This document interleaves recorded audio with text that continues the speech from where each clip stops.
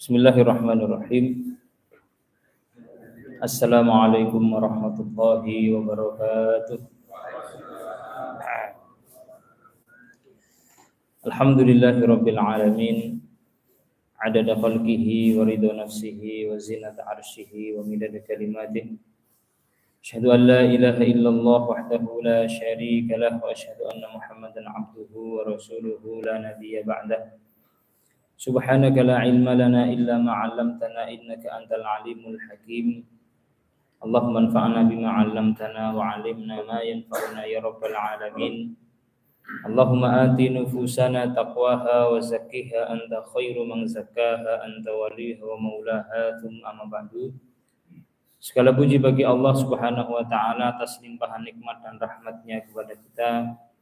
Pada malam yang semoga Allah berkahi ini kita diperjumpakan kembali di tempat yang semoga senantiasa diberkahi oleh Allah dalam keadaan insyaallah sedaya sehat ya Bapak Ibu. Alhamdulillah.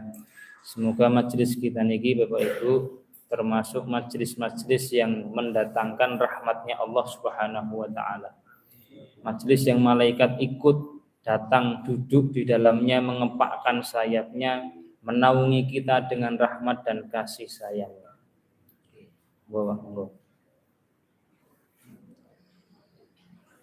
Sebagai mukadimah sebelum kita lanjut ke pembahasan kitab, kita kupas sedikit Bapak Ibu perkataan sahabat Nabi yang bernama Abu Darda radhiyallahu taala anhu.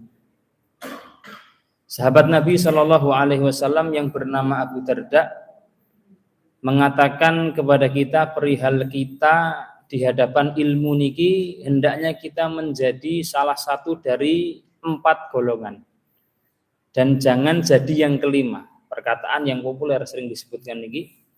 Berkata Abu Darda, kun aliman au muta'alliman au mustami'an au muhibban wala takunil khamisa fatahlik. Beliau mengatakan jadilah kamu orang yang berilmu, orang yang memiliki ilmu. Kenapa Pak kita harus memiliki ilmu? Karena Allah mengatakan yarfa'illahu alladhina amanu minkum walladhina utul ilma darajat. Bahwasanya Allah Subhanahu wa taala itu akan mengangkat orang-orang yang beriman di antara kalian dan orang-orang yang memiliki ilmu sekian derajat.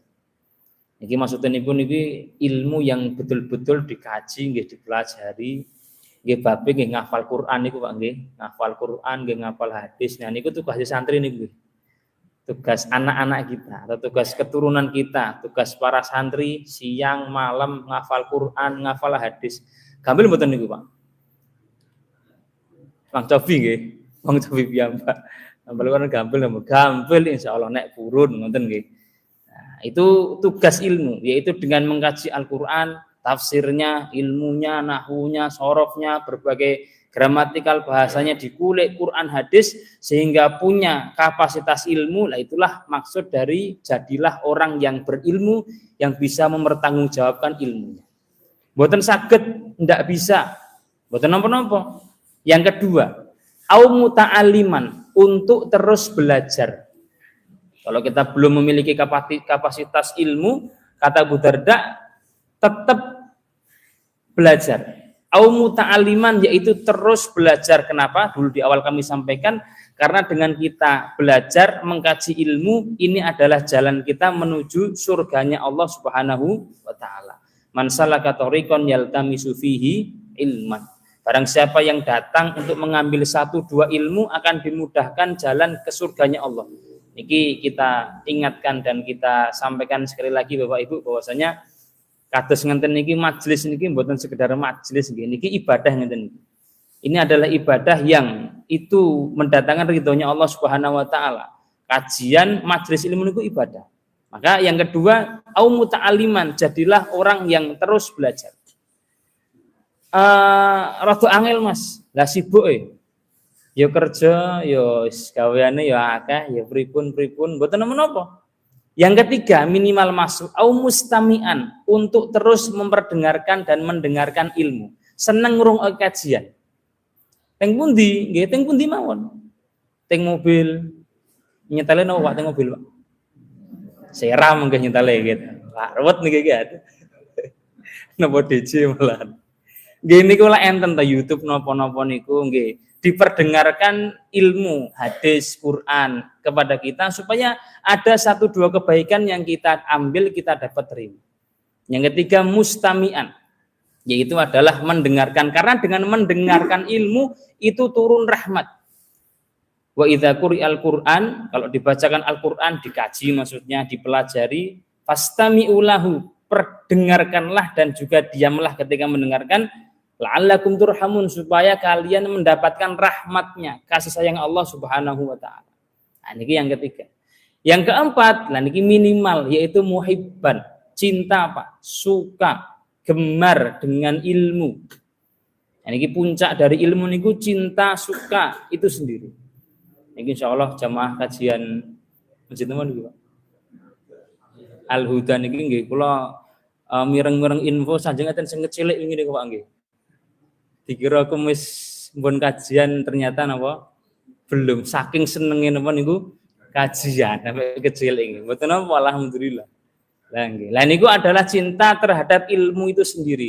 Cinta akan ilmu, cinta akan majelis ilmu, cinta akan orang yang berilmu, cinta ketika diperdengarkan ilmu. Pokoknya nek bapak ilmu seneng. Niku adalah batas minimal. Karena memang babnya adalah supaya kita terus di lingkup ilmu. Kenapa? Karena dengan ilmu itu kita lebih berpotensi untuk lebih baik. Hanya dengan ilmu nih Pak, kita bisa berubah untuk menjadi lebih baik, lebih dekat dengan Allah Subhanahu wa taala. Maka kita berdoa majelis kita, datangnya kita niki semuanya berpahala di sisi Allah Subhanahu wa taala. Ning kajian kali niki pahala niku kula rada suda niki Pak. Lah nggih lha pripun biasane nggih nyetir piyambak gitu. Niki dijemput ya Pak. Lah nggih. Rada suda niki pahala niki. Ning mboten napa, nggih muga-muga sedaya ini berpahala ngoten nggih. Sing nyopir nggih angsal barokah ilmu, mobilnya nggih angsal barokah ilmu. Pokoknya semua yang menyediakan memfasilitasi ilmu semoga semua dapat berkahnya napa? Ilmu. Biasanya nyopir nyabari ibu-ibu sen kanan belok kiri ngoten nggih. Nyabari tukang sopir truk niku semacam-macam. Nah niki agak dipermudah oleh Allah alhamdulillah. Baik. Kata beliau jasa. Siapa yang kelima niki ngapunten 2 golongan atau 2 kelompok atau 2 jenis manusia. Yang pertama adalah orang, kata Ibnu Abdul Bar, orang yang tidak tahu kalau dirinya tidak tahu. La yadri annahu la yadri. Jadi mohon maaf atas dasar ketidaktahuan dirinya dan dia tidak tahu kalau dirinya tidak tahu. Ngerasane niku pun napa niku? Sampun top ngoten niku nggih. Pun pinter ngerti kabeh pokoknya, sehingga tidak sadar kalau dirinya itu tidak tahu. Nah, kemudian berpaling dari ilmu. Ya, golongan yang pertama niku. Yang kedua yang naudzubillah semoga tidak ada di antara kita yang benci akan ilmu niku. Benci ilmu, nggih benci majelis ilmu, nggih benci orang yang memiliki ilmu, benci wasilah-wasilah untuk ilmu, pokoknya nek kurang ke ilmu niku ora seneng. Dan ini bahaya. Akan dibinasakan oleh ilmu itu sendiri dan oleh ketidaktahuan dia terhadap ilmu itu sendiri. Nah, niki Abu Darda mengatakan demikian karena memang babnya niki bab ilmu dijunjung tinggi oleh Rasulullah Shallallahu Alaihi Wasallam. Teng riwayat Tirmidzi, di riwayat Tirmidzi hadis Abu Umam Al-Bahili ketika itu Rasulullah Shallallahu Alaihi Wasallam pernah disebutkan dzukira indahu rajulan, disebutkan di hadapan beliau 2 orang, 2 golongan manusia. Yang satu kata Abu Umamah Al-Bahili adalah orang yang berilmu, alimun. Yang kedua adalah abidun, orang yang ahli dalam ibadah. Al-ahaduhuma alim wal akhar abid. Yang satu tahu ilmu, tahu halal, haram, harusnya seperti ini, yang boleh seperti ini, yang tidak seperti ini. Yang kedua pintar ibadah. Tapi ibadahnya hanya dicukupkan untuk diri dia sendiri. Ibadahnya tidak diliputi dengan berbagai ilmu yang itu ada manfaatnya untuk orang lain.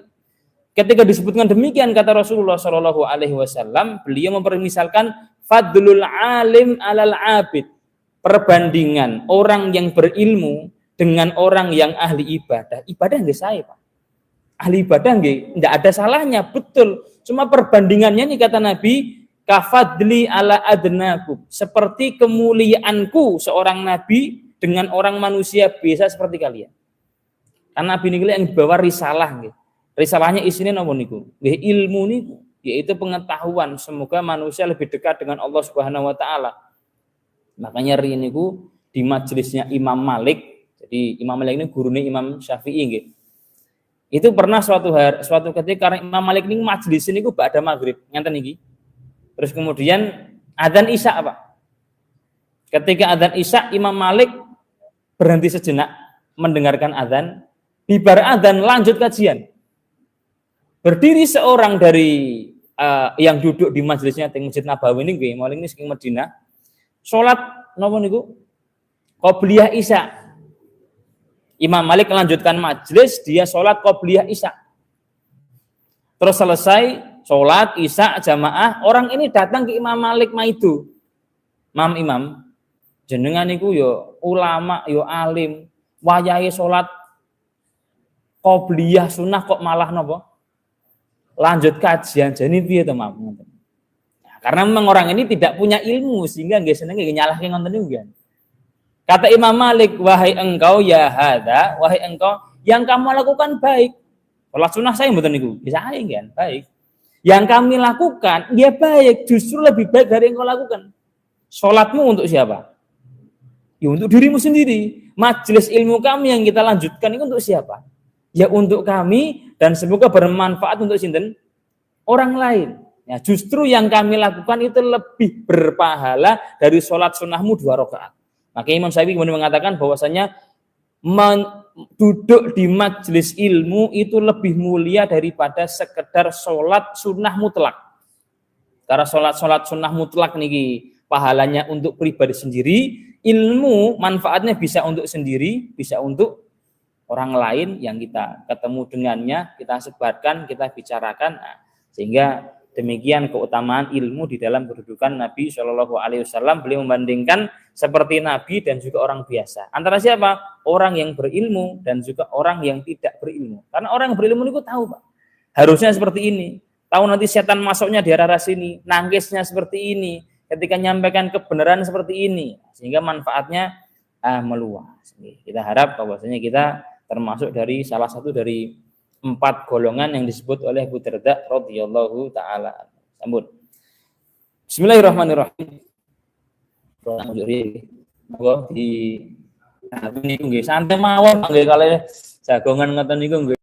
Nek enten seneke nggih di dahar mboten napa. Majelis niku ampun tegang-tegang Pak nggih.